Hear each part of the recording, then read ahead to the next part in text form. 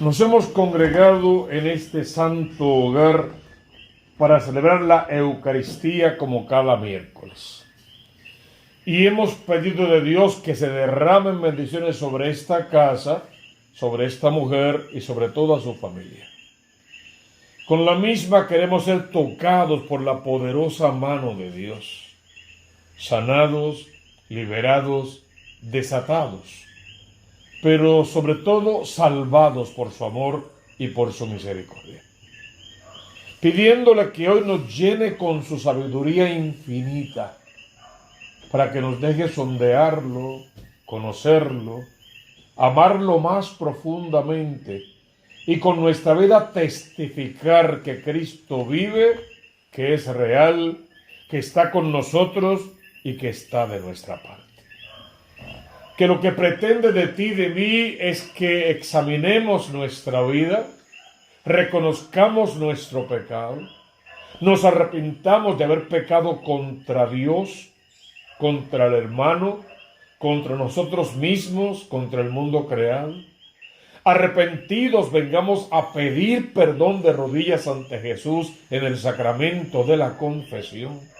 Recibir de Él y solo de Él su perdón misericordioso, su compasión, para acercarnos entonces a la Eucaristía, comernos al Dios que vive.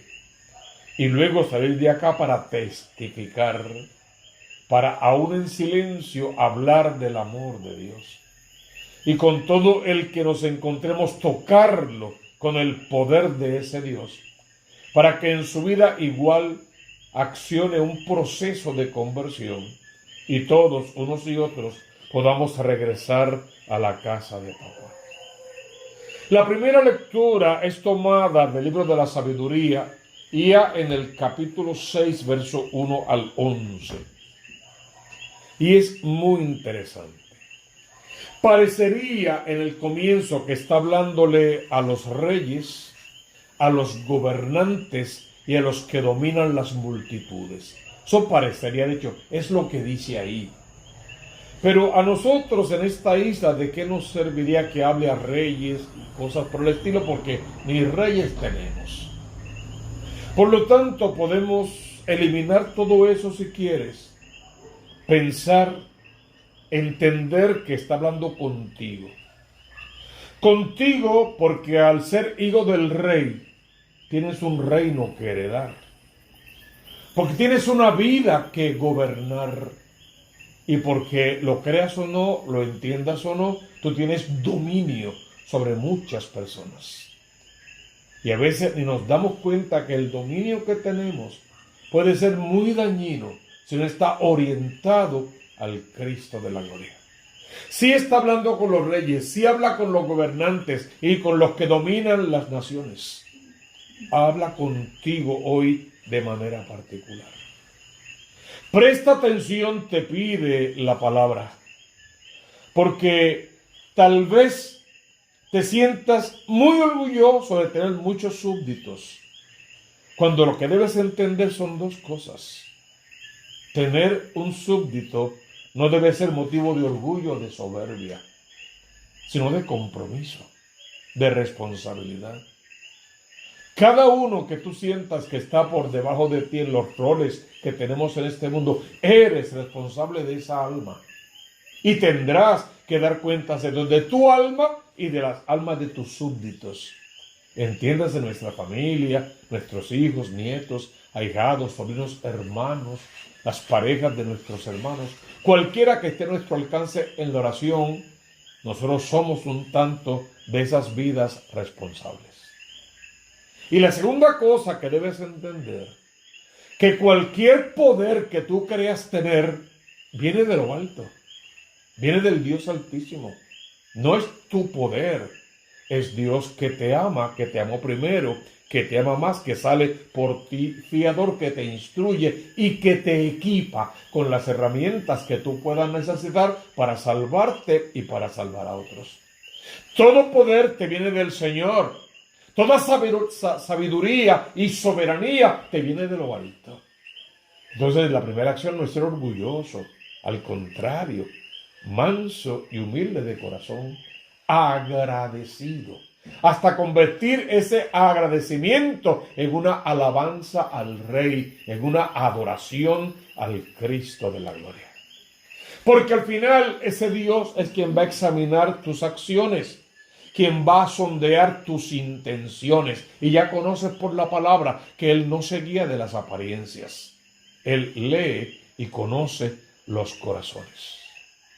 Si eso es así y lo sabes, ¿por qué entonces, sabiéndote ministro, alguien que ministra la vida espiritual, la propia y la de otros, por qué sabiéndote ministro del Altísimo, has vivido de espaldas a ese Dios? ¿Por qué conociendo sus mandamientos no los has cumplido? ¿Y por qué sabiendo que tu vida es una elección diaria? Cada cosa que haces, que dices, que piensas, que sientes, diariamente te lleva a tomar una decisión. Y de esas pequeñas diarias decisiones depende si vas en camino de salvación o en camino de condenación. ¿Por qué, siendo ministro de su reino, no gobiernas tu vida rectamente? ¿No guardas la ley del Señor? ¿Por qué entonces vivimos de espaldas a Dios, lejos del cumplimiento de su voluntad, actuando en ocasiones como si Dios no existiera? Mira lo que va a añadir para que cada uno examine su vida. Terrible y repentino caerá sobre ti, porque un juicio implacable espera a los grandes. Tradúcelo para que sea más fácil de entender. A quien más se le dio, más se le va a pedir.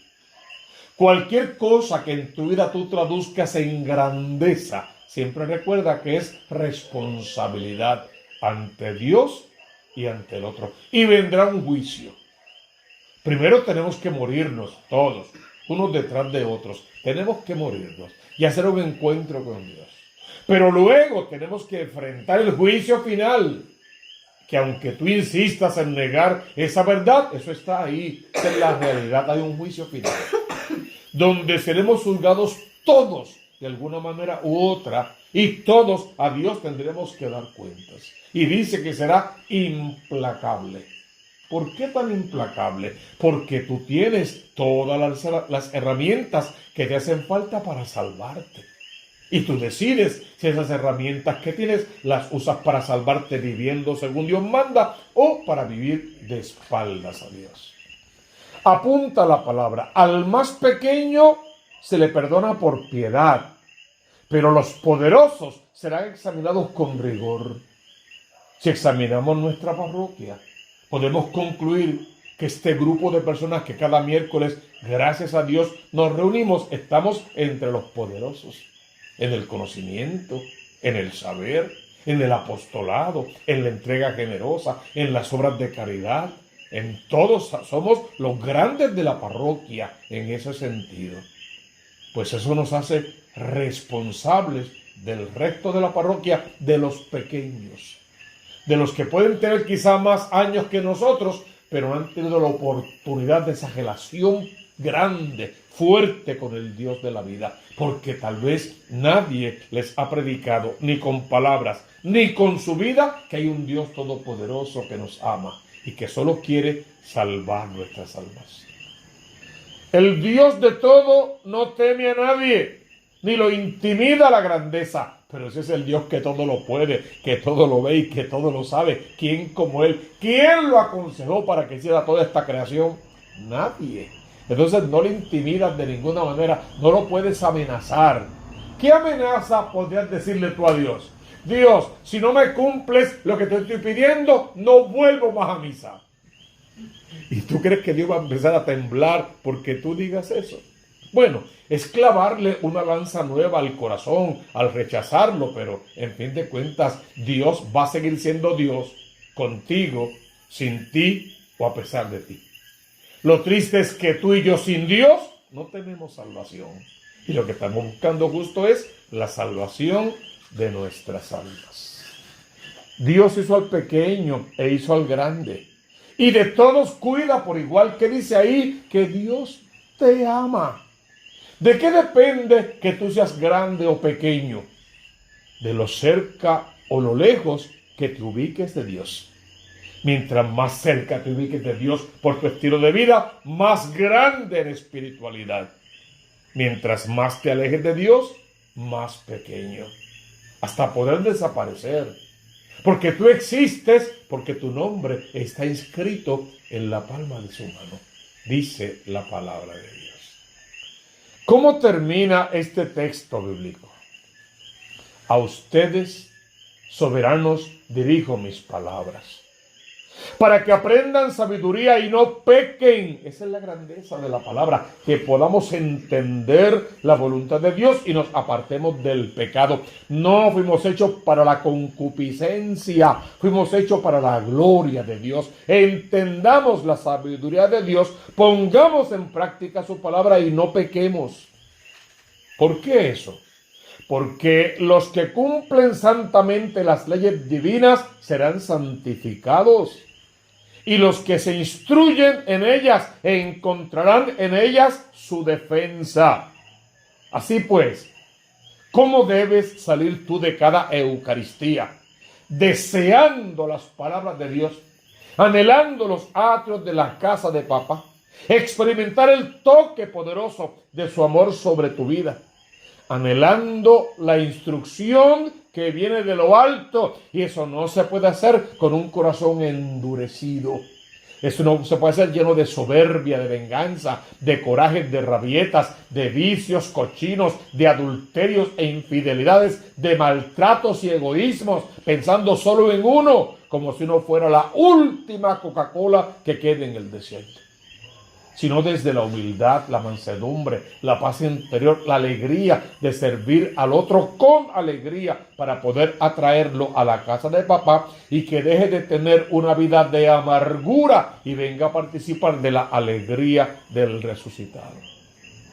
Entonces cantaba el salmista: levántate, oh Dios, y juzga la tierra. Porque hay un juicio final, dijimos ya, y se levantará ese Dios. De ese levantamiento de Dios, por decirlo así, lo que importa es que ese día tú no seas dejado, que seas levantado por el poder de Dios y participes de su gloria eterna. El Evangelio es hermoso, de los más hermosos evangelios que existen, esta vez según San Lucas. Es que Jesús iba de camino y pasaba entre Samaria y Galilea porque iba hacia Jerusalén.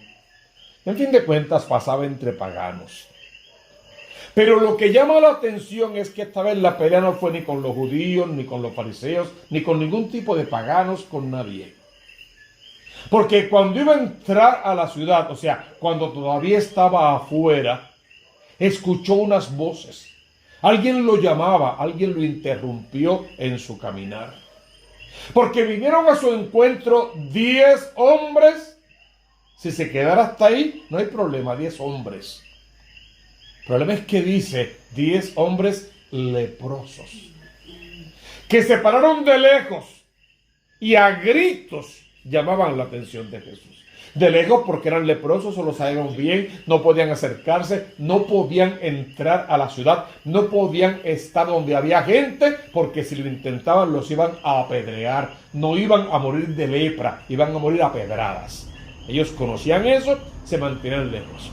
Los familiares que los recordaban y los podían querer un poco, le llevaban comida a un punto para que ellos vinieran, la recogieran, comieran algo y volvieran a su cautiverio por la enfermedad que tenían, que no podían entender ni describir. ¿Qué pasa entonces? ¿Qué es lo que le gritan a Jesús? ¿Cómo llaman a Jesús? Jesús, Maestro, ten compasión de nosotros. Es importante. Fíjate que en otros textos dice: Jesús, hijo de David, ten compasión de mí o de nosotros. Si ahí dijera Jesús, hijo de David, sería un acto de fe en Jesús. Lo reconocerían como al Mesías verdadero y estarían en oración con el Dios que vive. Al llamarlo maestro, no hay un acto de fe, es casi un acto de desesperación. No nos queda más. Nos vamos a morir podridos por fuera por la lepra y por dentro por el pecado. Ni nuestra familia viene a vernos. Un poco de comida como un perro callejero es lo que nos dejan por ahí. Era un acto de desesperación. No estaban reconociendo en Jesús al Mesías porque no lo llamaron con ninguno de los títulos mesiánicos. Solamente lo llamaron maestro porque era un maestro que enseñaba, nada más. Desde la desesperación estaban clamando al Dios que vive. Y siempre decimos que Dios no tiene que responder a la desesperación. Dios responde a la oración hecha con fe, y eso es cierto. Pero la misericordia de Dios es infinita y llena la tierra. Y estos desesperados fueron escuchados por Dios. Pero los trató no como hombres de fe, sino como hombres desesperados. En otra ocasión, a otro leproso, en otro texto, hasta se le acercó, hasta lo tocó, que estaba prohibido. Pero a estos no, porque rompían su acción de una desesperación por su situación, pero aún así no los abandonó. La respuesta fue fuerte, cruda, fría. Vayan a presentarse a los sacerdotes. Piénsalo. ¿Dónde regularmente están los sacerdotes? En aquel tiempo, ¿dónde estaban? En el centro de la ciudad, en las grandes sinagogas, en los templos, en el centro del pueblo.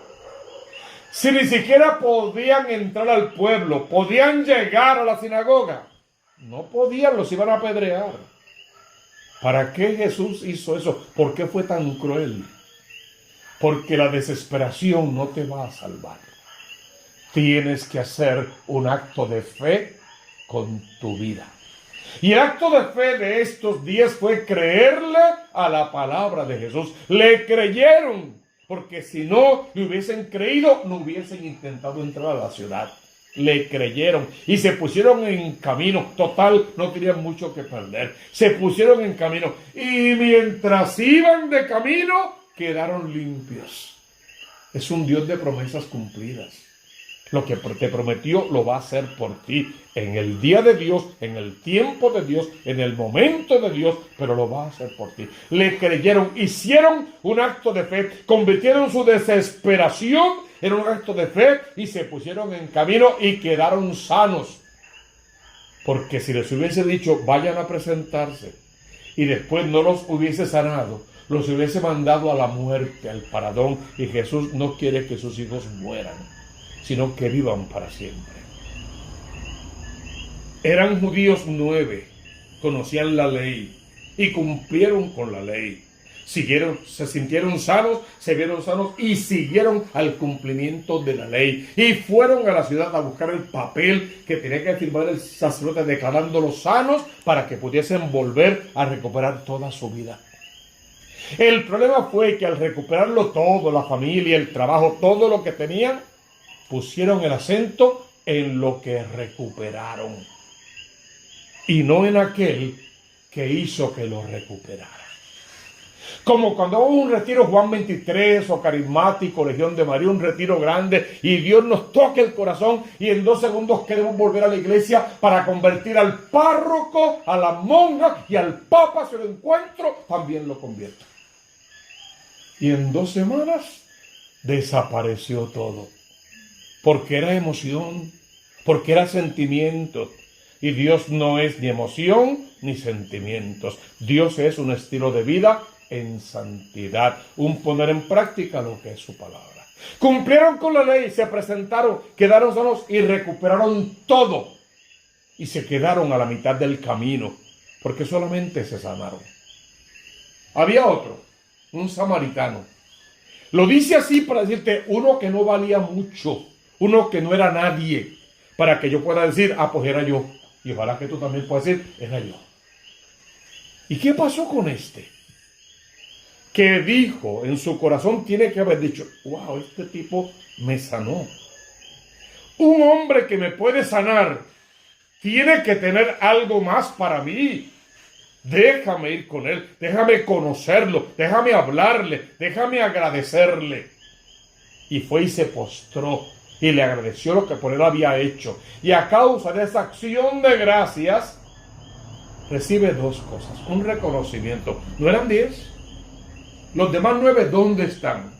Y seguro alguien le explicó, no, ellos fueron con los sacerdotes, se presentaron, todo está bien con ellos. Ah, perfecto, si está bien con ellos todo, no hay problema. Solo este extranjero, este menos, vino para dar gracias. Pues a este menos que vino para dar gracias es al que voy a hacer más. Tu fe te ha salvado. Esta noche tienes que decidir. Si te vas a conformar con nada, viviendo como si Dios no existiera, de espaldas a Dios, sin Eucaristía, sin sacramentos, sin oración, sin nada, entre las porquerías que ofrece el mundo, sintiéndote feliz cuando vives como un miserable. Si te vas a quedar con eso, está bien, puedes quedarte con eso, pero no verás el rostro de Dios, porque reniegas del que te da la vida. Puedes quedarte con la mitad y alcanzar un milagro de sanación, de liberación, que un problema se resuelva, que alguien se sane. Puedes alcanzarlo. Pero tampoco el católico práctico corre detrás de esos milagros. No creemos en un Dios milagrero, sino un Dios amoroso, que lo que quiere de ti no es un cuerpo enfermo y fuerte, sino un alma diligente que lo ama de manera particular y con él quiere fundirse para siempre. O puedes volver para agradecer. Pero mira la gran diferencia. Él vino para darle gracias. Pero la idea de Jesús no era esa. ¿No han quedado limpios los 10? ¿Los otros 9 dónde están? No ha habido quien volviera a dar gloria a Dios más que este extranjero. No era una simple acción de gracias.